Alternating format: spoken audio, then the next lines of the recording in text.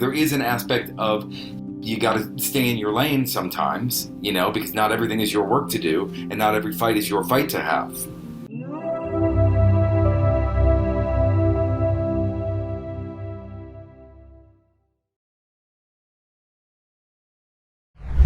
I'd like to welcome to the show Jonathan Hammond. How you doing, Jonathan? I am amazing. Aloha. Aloha, sir. Aloha. Thank you so much for coming on the show, my friend.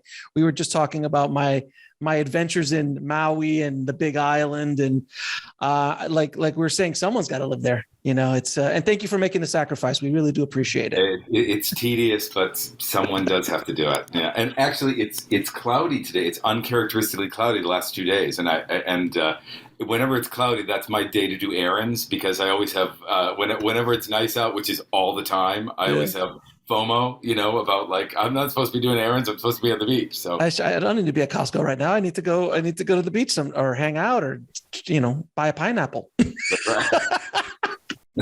Well, listen, I wanted to have you on the show because, I've never had a shaman or a shaman practitioner on the show before. And I'd love to hear your point of view, your spiritual point of view, and what you be teaching and things. So first question is, what is a shaman? We've heard that term thrown around in the zeitgeist for a long time. So what is the definition of a shaman in your opinion? Well, a shaman's a healer of relationships, the relationship we have between ourselves and others, the relationship we have with our mind and our body, the relationships that others and others have with each other, and ultimately the relationship that everyone has with the planet. Mm-hmm. And so there's a very nature centric viewpoint in as a shamanic practitioner. So we're looking at nature as a template, because nature is just a spontaneous and unapologetic expression of itself. And so we look at nature as a way, as a template to teach us how to be. So a lot of times when people go to a shaman because they need healing, it's because they pulled away from their nature, their organic nature. Mm-hmm. And in some way, and they've assimilated to the culture, or they've assimilated to their family, or they were simply taught or shown things about themselves as children that aren't actually them. And so a shamanic practitioner is about, go back to who you actually were before you were socialized, your natural self, your organic self. And so and we use nature as a model for that. So do we healer? So we spend most of our lives trying to forget the things that were pounded into us by family, society, the world at large, and trying to get back to our true nature, our true selves. Yep. And that's why I've never met a yogi who's upset. They're generally very. I've connected back to who I truly am. So I have to ask you the question. The next question is, how did you go from actor to shaman practitioner? Because as well, I'm in the film business, as you know. And many people are like, so you now do a spiritual podcast? I'm like, yes, because even artists and filmmakers and actors, we're human as well. We like to go through. Well, it's not only that, but it's not that much of a leap. If you think about acting, you learn the lines, you learn the blocking, and you hope for inspiration to come through. And it's the same skill set. It's just about channeling. It's just that I'm channeling in a different way. And for me, I was never a fame-driven actor. It was always about the artistry and about the telling of stories, and about the inspiration that comes from telling good stories and helping people illuminate things about their life through art. And I just didn't get to do that as much as I would like to, because it's show business. And I'd always had a very rich spiritual life, but it was just something that I thought was just for me. And then it got to a point, as we're going back 15 years now, but it got to a point where I would be in a production or something, and I would think to myself, I can't wait for this to be over.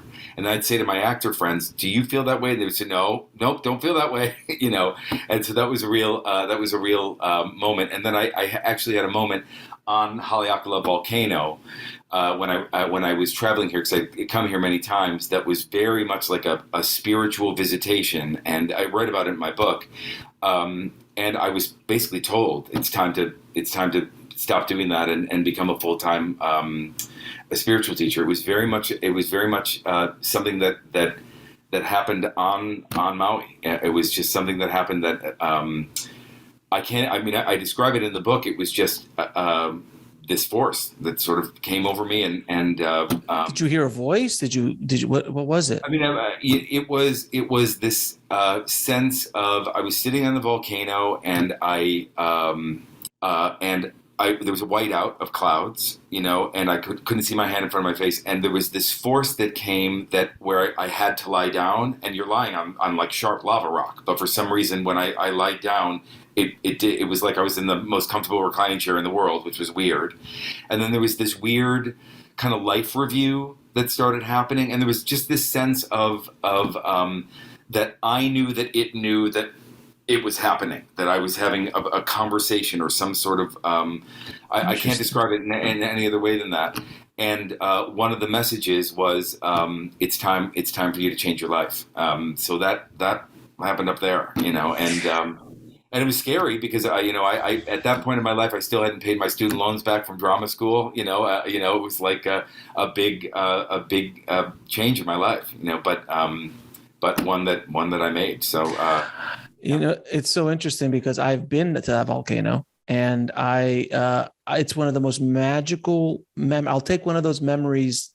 There's something that happened at that volcano to me and my wife. We were there on our honeymoon, and I'm sure this happens all the time because you live there. But when you drive up a certain time of day, mm-hmm. you actually drive up into clouds. Yeah.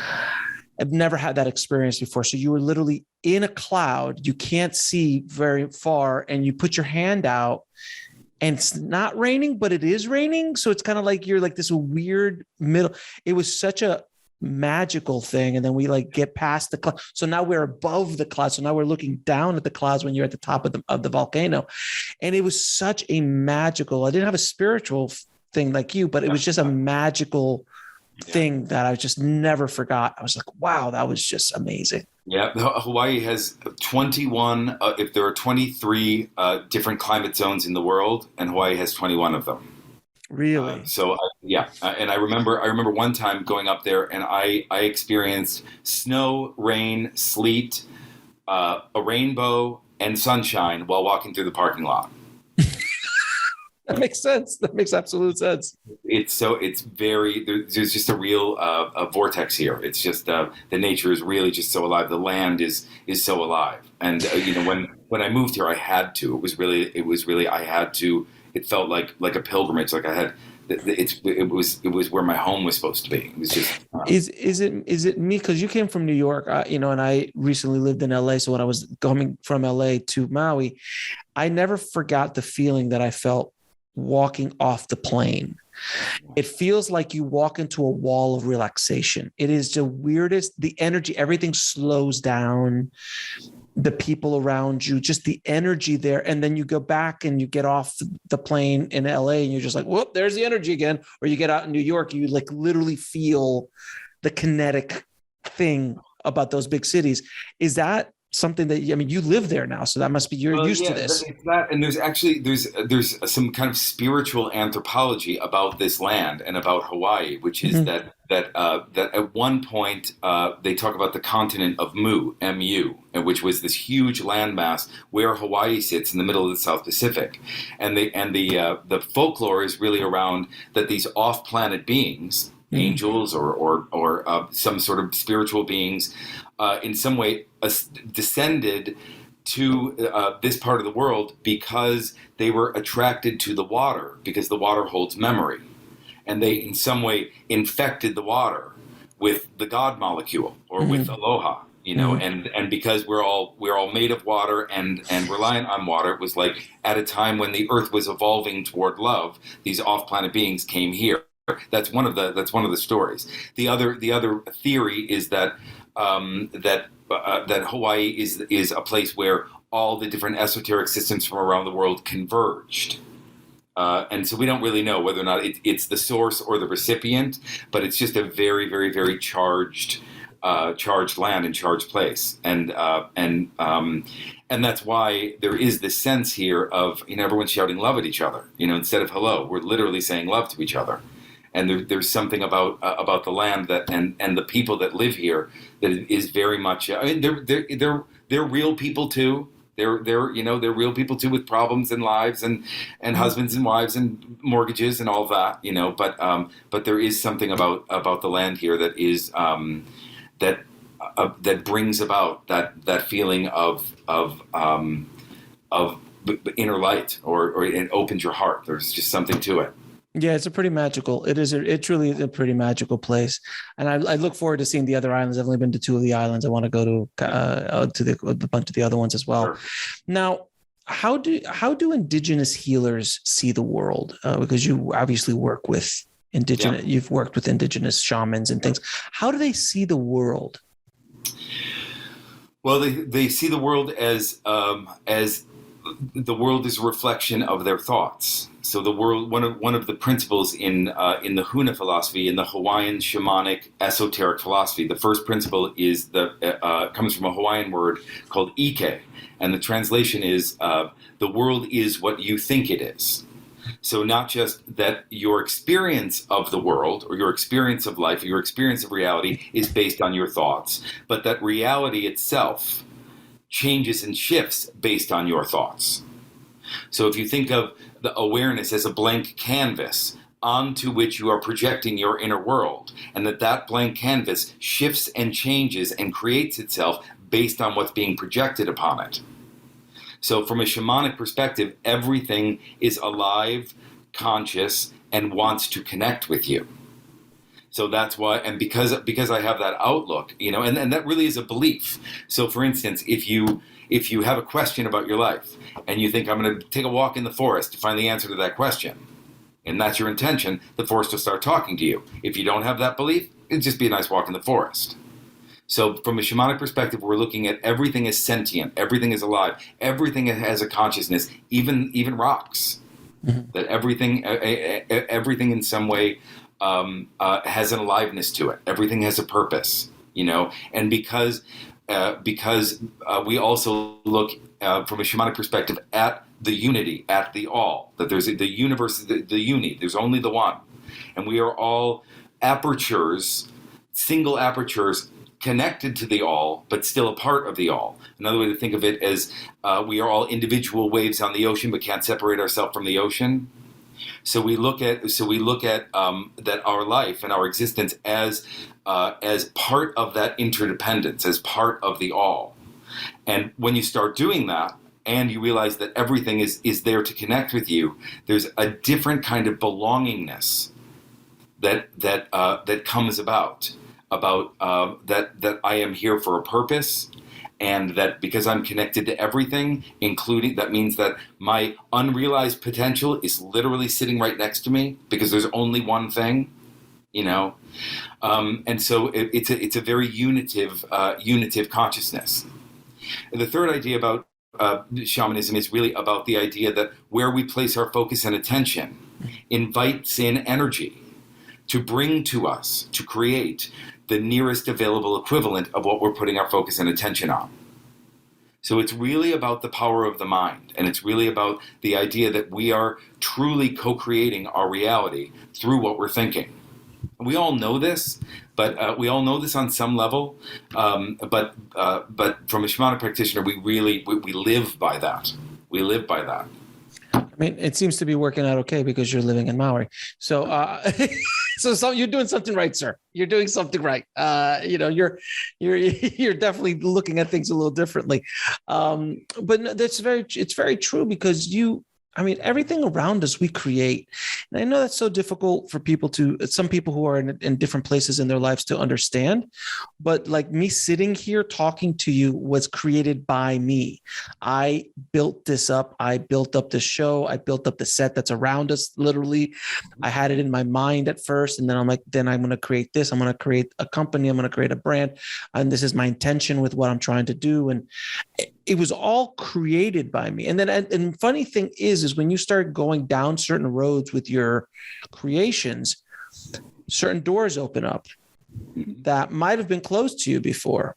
So it's really interesting to see. And I mean, I think the concept of the law of attraction is a very basic law in the spiritual spaces.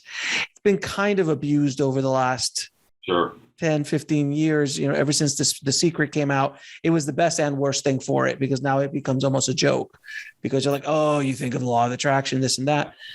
So in the way we create our own experience is somewhat connected to the law of attraction, correct? It is. And the law of attraction, I know what you're talking about. It does invite in a kind of spiritual materialism, which is about, it's I want a bike. I want a bike. I'll get a bike. I want stuff, Another way to think of it is that a shaman would see waking reality as a kind of dream. As a dream. And if you think about sleeping dreams, if you were to go have a sleeping dream interpreted, what would be interpreted would be that everything that appears in the sleeping dream is a reflection of something about you. And so the shaman looks at the waking dream and everything that appears to us in the waking dream as a reflection of something about us. So it's really looking at this idea that what is inside of us presents itself to us through the outside world, because that's the frequency that we're connected to. Even the idea of the old brain science would say that the meat in our head is the originator of consciousness, but the new brain science really talks about that the meat in our head is a receptor of consciousness, and that's actually more like an antenna. And so that every reality is there for the taking, because there's only the unity, and what we are connected to tunes us into our particular channel. And then when we're tuned into that channel, the people, places, and things of that channel present themselves in our waking reality.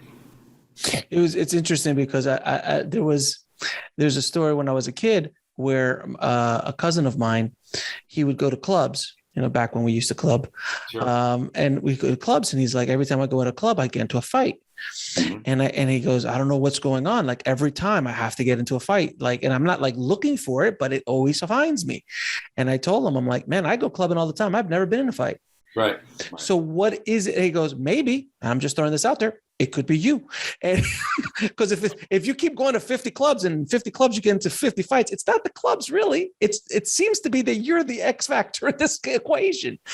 But it's an example of who you are and what you do, you attract. And it's very true. Well, and we all have an unconscious mind. And what that means is that we have material inside of us that unless it's excavated and given awareness, lies. It's actually running the show, And so, like your friend, I would say that he's got a fight inside of him. That there's anger in there, and it's unclaimed anger, And because it's unclaimed anger, it shows up in these ways. So if the world is what you think it is, the world is what you think it is, both consciously and unconsciously. That's why the material in our unconscious that we're not aware of, part of the healing work is bringing that to the fore. We don't like to acknowledge that we all have darkness, but we all have darkness. And once it sees the light of awareness, the darkness becomes something else. You can work with it. And so, without the light of awareness, it just shows up in these ways where I keep finding myself in certain negative patterns over and over again. That's because there's something in there that just needs awareness. It's not, that stuff isn't bad. It just needs the acknowledgement that it's there, so that we can work with it. That makes sense. Makes a lot of sense. You were talking about being connected to everything, and I think we always feel like we're disconnected when we're here in this place, in this reality. We are inherently told that we're disconnected from everything else. We are not connected to you, and I aren't connected. I'm not connected to the soil. I'm not connected to the planet. I'm not connected to anybody. You feel so disconnected, where I've had many near-death experiencers on the show who talk about when they're on the other side, all they feel is connection. They feel connections to everything and everyone, and you could experience everything and everyone instantly. And it's like this thing. So why do we find it so difficult to connect? and understand that we are all connected. If I hurt you, you're truly just hurting yourself, and so on. Right. That's right. Well, separation really is an illusion, but it's an illusion that's gotten a lot of legitimacy. It's what's wrong. It's what's wrong with the planet. It's what's wrong is the sense of. I mean, I'll use nature as an example. So this is actually true. Dolphin excrement actually provides a kind of fertilizer that produces a kind of green algae that grows in these huge patches. It's so big, these green algae patches over the sea, that you can see them from space. They're huge. And these algae patches provide 50% of the world's oxygen, which means that every other breath you take is born of dolphin poop. That's how interconnected we are. And that's how, and that's why the idea that we're not looking at things ecologically, and but what's interesting about the younger generation is that they incarnated, not all of them, but many of them, with an ecological mindedness. Yep. And I believe it's connected to this. It's connected to the fact that this is a symbol of our interconnection. And on some level, because they have always had that in their hand, a sense of that interconnection is more organic for them. And I think that may be one of the reasons why so many of them are ecologically minded, because they certainly weren't taught it. Right. They certainly weren't taught it. So yeah, this is it's a really important thing to look at. That when I criticize. What I'm criticizing is just what I'm running through my own system. When hurt people, all of that stuff. Right. And to really look at the fact that we really are. It is a global village. We are all in this together.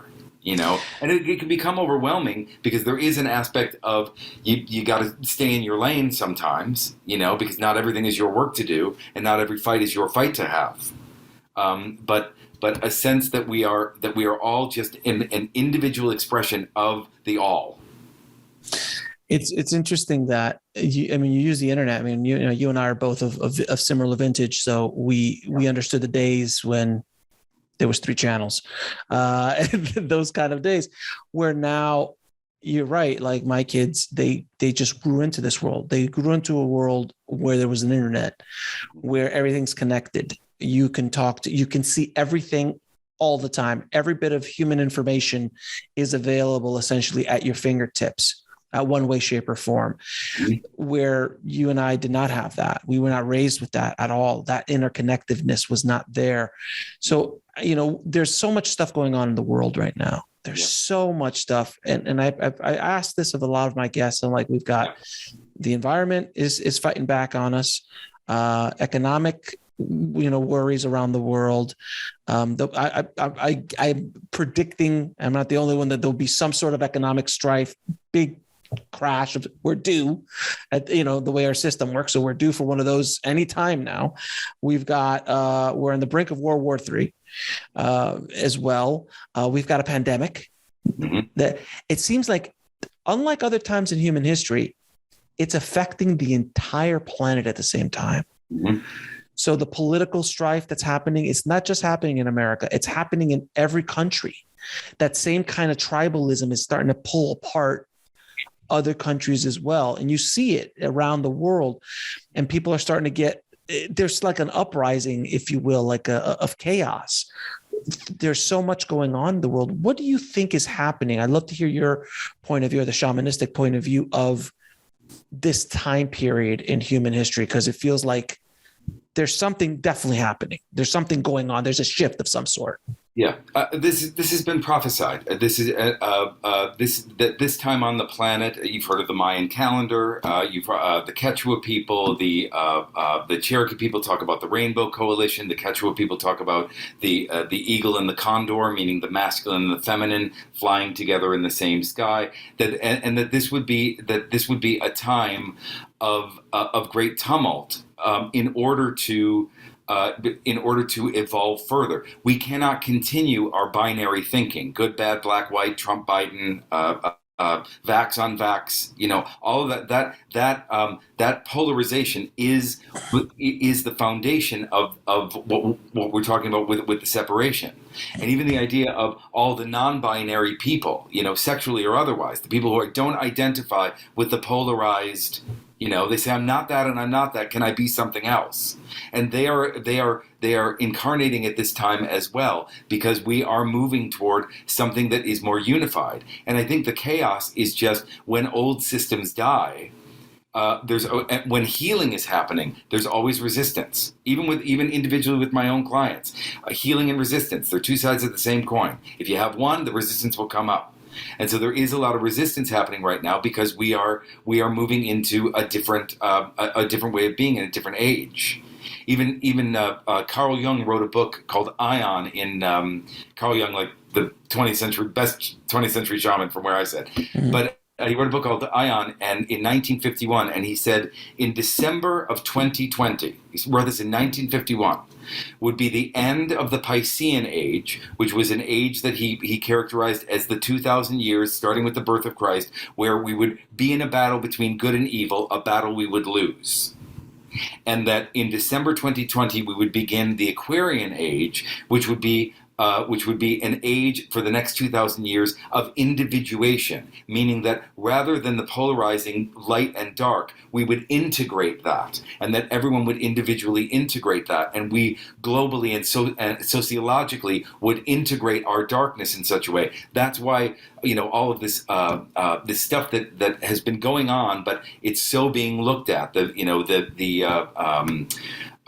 The sexual exploitation and the racism and the greed and all of that. That's all coming to the fore right now, because that's all the stuff that we would like to pretend wasn't there, but it's coming up to be healed.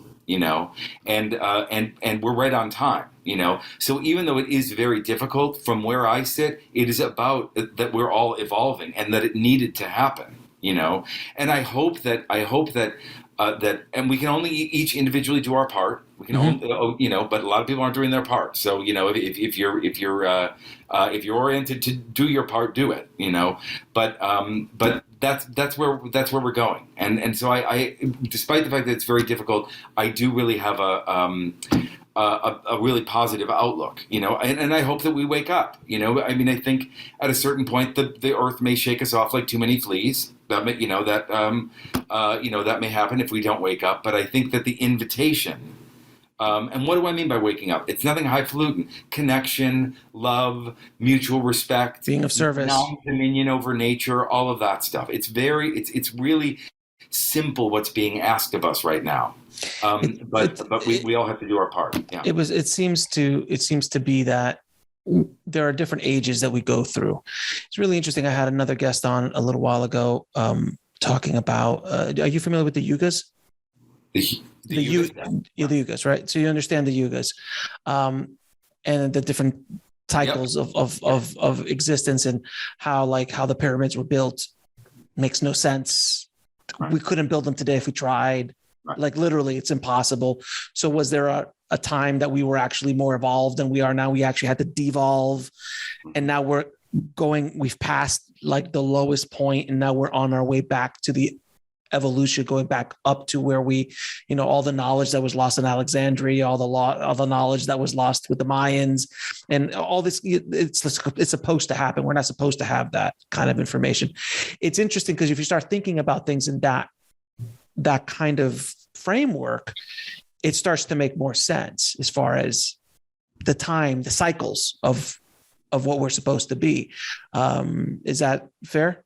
Yeah, and that was one of the indigenous cultures that I didn't mention when I was talking about it being prophesied. But yeah, I mean, this has been characterized as the Kali Yuga, and Kali is really the goddess of destruction, but she's also the goddess of birth. It's super interesting too that the coronavirus is supposedly born of bats, and bats, from a shamanic perspective, represent death and rebirth. And you can't have one without the other. And so there is this reset going on. And even the idea of, those 2 years, if you were doing it right, if you were able to do it right, those 2 years were about go home, look at yourself. Right. Go look at your relationships. Go look at your job. Go adjust. Go look at how you're wasting your time. Go look at and it really served that for a lot of people. All of my clients, the pervasive narrative on CNN was just how terrible everything was. But all my clients were just and I'm not to make it about me. I just think that this is the narrative that isn't talked about. We're really growing. And really, and we're learning things about themselves and recalibrating what they considered important and all of that, and I think that's going on too, So I think there's this big evolution going and this big devolution going on right now, and so and that's why everything's bumping up against each other, Right, and in order for things to grow, there has to be the old has to go for the new to grow, and. I forgot who said it, but chaos is the fertile ground for change. And that's where we're if we're not in chaos, and I don't think we haven't hit bottom yet. I think we still got a lot more to go in the sense of shifting and things there. Look, again, you and I are of similar age. Things that are happening today would have never even thought of. We would have looked at as insane if we would have mentioned this in the 80s or 90s, or even in the early 2000s. If you say some of the things that people are doing, things that people are saying, the way countries are behaving, the way the world is, the environmental stuff, the pandemic, we would have been looked at as insane. So things that have been rock solid for lifetimes, all of a sudden just shift, like completely shift. I mean, just to use an example from our industry of the film industry, for what, 80, 100 years, movie theaters. Yeah. Movie theaters. Yeah. It was a part of our existence. Now they're fighting to stay alive. They're at a place so for someone like you and me to think that that movie theaters can go away, it's insane. It's insane. Yeah, I can only say this: the nature of healing, and particularly if we're really going to go with the idea that everything that happens to us is a reflection of something in us, what that really means is that the stuff that we don't like, the stuff that happens to us that we don't like, is supposed to be, from a healing perspective, a light bulb. It's a light bulb. Why is this happening? What about me am I not seeing? What about my consciousness am I not aware of that's curating this experience? It's always a light bulb. It's always supposed to. The darkness is a tool, and it's a tool, and it's leading us somewhere. If we did, and divinity, source energy is in the darkness. If we didn't have evil, we wouldn't have anything to wake up from. So we can assume that even in the evil, the divinity's hand is there. And so the idea that these changes are happening, that there is this tumult, is about like the light bulb, that it's time to really look at things that we haven't looked at, and time to change things that aren't working in the same way, And as much as I see that like something like movie theaters would be something that we would be nostalgic for, and sure. and blockbuster. Yeah. There's other dynamics that are going on that make that not something that people want to do in the same way, And I don't think it's that people are not interested in being entertained. I just think that there's that people are changing and people are reprioritizing. When I I had an office in New York, and what COVID did was indicate to me that I don't need to have an office in New York, and I start my day at 6 a.m. and I get in the shower at 5:50 and I'm ready to go. And and so there has been these real like lifestyle changes that are in alignment with the technological advancement, and I think that's by design, because it's giving us more time. It's making us work not as hard. There's a lot there that's really, really good. How can we, look, bad things happen to everybody at one point or another. Okay. And the term bad is relative, because one person's bad thing is another person's good thing. It all depends on perspective. An incident is an incident, period. but how can we better look at those as opportunities to grow as opposed to get caught up in what it is? And I know that's a very difficult conversation to have, because if someone you love dies, it's hard to see. If there was a tragic incident, or it's hard to see things. But, just me walking the earth as long as I have, there's things that happened in my past that at the moment the world was ending. Yep. But a few years later, you're like, thank God that didn't happen. Yeah. So how can we shorten that hindsight window, if you will? Yeah. It's really about choosing to see it. And I know what you mean. It's a difficult conversation because it can look like blame the victim. It can look like, that on some level, okay, so if everything that happens to you is created by your thoughts, then why did I why was I hurt this way? Or why, and all of that. And sometimes we need to pull the lens back far enough to see an evolutionary perspective, even the idea of a woman who was only taught innocence as an ideal, who was only taught, if you're a good girl and you cook and you make yourself look pretty, like you're good to go, you'll get yours. And that girl doesn't get hers, Right. She has to learn things about herself and about what the world is in order to exist in the world safely. And so something may come up, and I'm just using a young woman as an example, something may come up that makes her have to deal with the reality of what life is, and it could be very dark, but these things do have an evolutionary purpose. Even death, the thing that we're also afraid of. What I've experienced with death with people is that when someone dies, I have seen the reverberational effect of healing happen around the person that dies. That on some level, someone learns something, someone else gets something else, there's always gifts with the death. Even something that thing that we're all so afraid of, that we think is so bad, But what I have seen is that there is an evolutionary benefit for the people who are left behind from the person who dies, and who knows what's happening to the person who actually passes and where they're going next. But they're definitely going somewhere next. Mm-hmm. And I don't necessarily mean floating on a heavenly cloud of ice cream. I think they might be going to to learn more lessons. If you think of the universe is just wanting to experience itself, it's wanting to learn about itself. And so it's not about becoming enlightened. It's about learning stuff by doing stuff. And if you're learning stuff by doing stuff, that's what the universe is doing. And it's when we're stuck in our routines and our habits and our habitual way of thinking, and I don't like that person, and I so disagree with that person that I want to kill them. Right. We stop that process of learning. We stop that process of growing. We're infinite beings. So it really is. It's the choice. It's the choice to look at what's going on. Why is this happening? Why is this happening for me? If you break your arm, you go to the doctor, you get it fixed. Mm-hmm. If you break your arm, you go to the shaman and say, "Why did I break my arm?" What is this trying to tell me? Meaning that what's underneath it? What inside you curated the circumstances to break your arm? What are you not looking at? What does that mean? What's the symbol of that? What is that speaking to? Let me ask you, because we talked a little bit about this earlier, dreams. Yeah. What is the shaman's point of view on dreams? Because dreams are so powerful. I believe that every dream has something to tell us in one way, shape, or form as we grow older. And I've trying to figure out and interpret dreams and so on. What is the shamanistic point of view on dreams for people?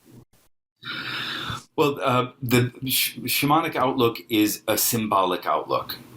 So we're really big on symbol, and the idea that if you change even something as simple as you put a ring on a finger on a certain day with people watching, and that symbolizes a whole new way of being in the world with someone as husband and wife, just through that symbol. And so in shamanism, we do something called the shamanic journey, which is where it was sort of like a shamanic meditation, but it's where we go to either different places in the psyche, different realities. There's a lot of different ways to think about it, and we create a conscious dream in order to meet with spiritual beings, in order to receive healing, in order to receive wisdom, and a lot of that comes through the language of symbol. And so if someone's doing a shamanic journey and they are seeing an eagle, there's a whole lexicon of ideas about what that means, that we're all connected to. Or if they are seeing, they're doing a shamanic journey about a problem and they're seeing a big mountain that seems very difficult to climb. So then in the dream, in the shamanic journey, they figure out how to climb that mountain. And the symbol of the mountain represents their hardship, and we're beginning to work on the hardship energetically and symbolically. So that's a way to think of how we think about dreams.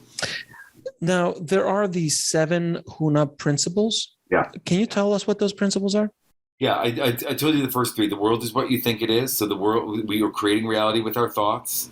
Mm-hmm. Second one is about limitlessness, meaning that there is no separation. There's only the one, and we're connected to everything.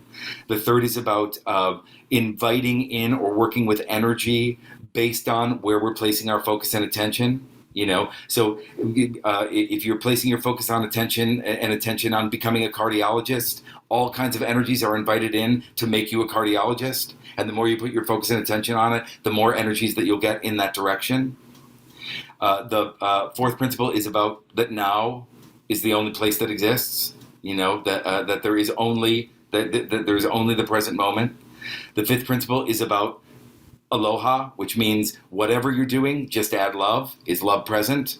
What's love's perspective? Is love's perspective present in the moment with what you're thinking, with the idea of limitlessness, with the idea of what you're putting your attention on in the present moment? The sixth principle is a Hawaiian word called mana, and that simply means that we have the power within us to create our reality. That nothing outside of us is more powerful than us, unless the authority within us grants the thing outside of us to be more powerful than us.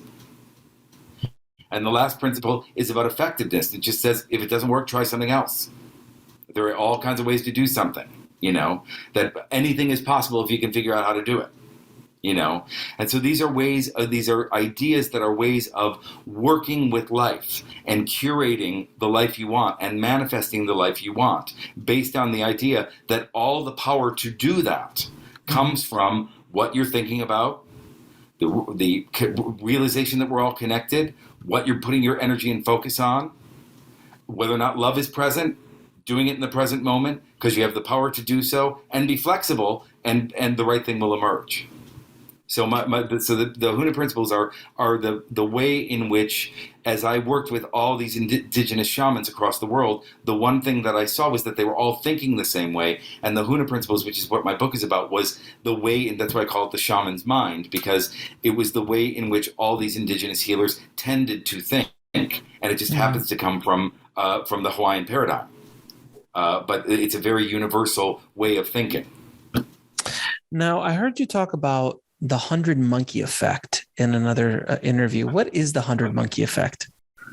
Yeah, the 100 monkey effect. It actually, a lot of the principles are involved, but essentially there was an experiment done where on a Japanese island, this is a true story, that monkeys were taught to wash their sweet potatoes in the sea before they would eat them. And what began happening was other monkeys on another Japanese island, having not been taught that, started to do the same thing. Interesting. Yeah, and if you think about it, it's just even the idea of that viruses, that a certain virus will mutate on a worldwide scale with no connection with each other. So as the virus mutates in one country, in another country, the virus mutates as well. There is this sense of there's a consciousness. There's a consciousness with the monkeys. There's a consciousness with the virus. There's a consciousness. There was a study done about a certain plant in Africa that was exposed to a pesticide and mutated in order for it to survive. And that same genus of plant worldwide began to mutate similarly, having not been exposed to the pesticide. Interesting. I never heard this before. Yeah. So that's the 100 monkey effect. Yeah. Yeah, and it's just this idea that we're all. That's why what you do is affecting. My Hawaiian teacher Serge King. He says, if you want to heal someone, think of them and you feel good. Interesting. That's another interesting way of looking at things. Yeah. So there's also something else you talked about, which is the danger zone. What is the danger zone? Besides an amazing song for an amazing 80s movie, the sequel's coming out in weeks. Sure. So the danger zone is that's my term for you were one thing, and you're supposed to become the other thing, and there's this space in between where the old way isn't right and the new way isn't formed, but you're getting there. And in the danger zone is the place where you can bail on the new way and just go back to the old way, Or another way to say it is that in order to change your vibration, you have to say no to what you previously said yes to.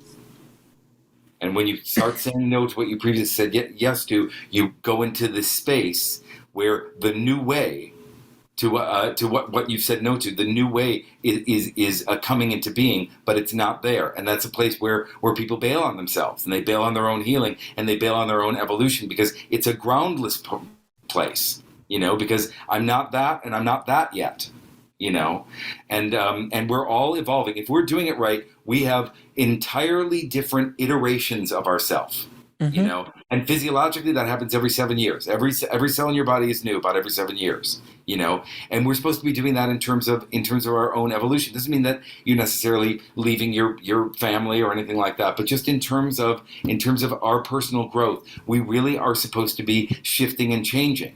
And so a lot of times when that feels tumultuous or uncomfortable or scary, that's why you want to work with someone, and that's why having a spiritual outlook, because you can only traverse the danger zone with faith, because you're not that yet. You're hoping to be. Yeah. So faith is a real key component in terms of our evolution. I have another question for you, man. Why are we, as people, as beings, so afraid of living?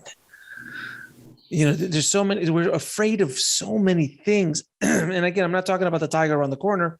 Yeah. I'm talking about just afraid of following your dreams, following your purpose, believing in yourself, not beating yourself up on a constant. But we're just afraid all the time. This fear that is always there. Why do people have that fear that they're always just afraid of just living their lives? Yeah. Well, the first thing that comes up is just what were we taught? Because if we're supposed to be something that our family isn't even on their radar, that if we're going to come to that, we're going to come to it from ourselves, not because we were taught that. And if we were taught that where we're going is something that isn't okay. So that's the first thing that comes up, is just how are we socialized? That's a big thing. If you think of there's a part of the brain called the default network, and the default network is this part of the brain that is constantly trying to ignite or recalibrate a continuity of self. So it's scanning the past and scanning the future to keep doing what it understands to be you. And that's the reason why making a change, even a positive change, is difficult, because the default network is going and saying, and that includes all our bad habits, all the things about ourselves that we don't like, that's in there too, and so we have this continuity of self that is meant as survival, that is meant to keep us safe, And the reason why psychedelics are actually making such a resurgence right now is that psychedelics used therapeutically are about the destabilization of that default network, so that we become more suggestible, and new realities and new ways of being and new ways of thinking of ourselves can come in. So we're really up against some biology there. We're trying to protect ourselves, and so and that's about like doing what we know. and doing, and that and too many habits, too much repetition, too much of the same, Right. That's why I'm saying experience, and the idea of curating a life where you are learning and experiencing whatever it is, that is putting you in flow with what the universe is doing, and certainly what the earth is doing. Now I'm going to ask you a couple questions to ask all my guests. What is your mission in this life? I was a messed with child.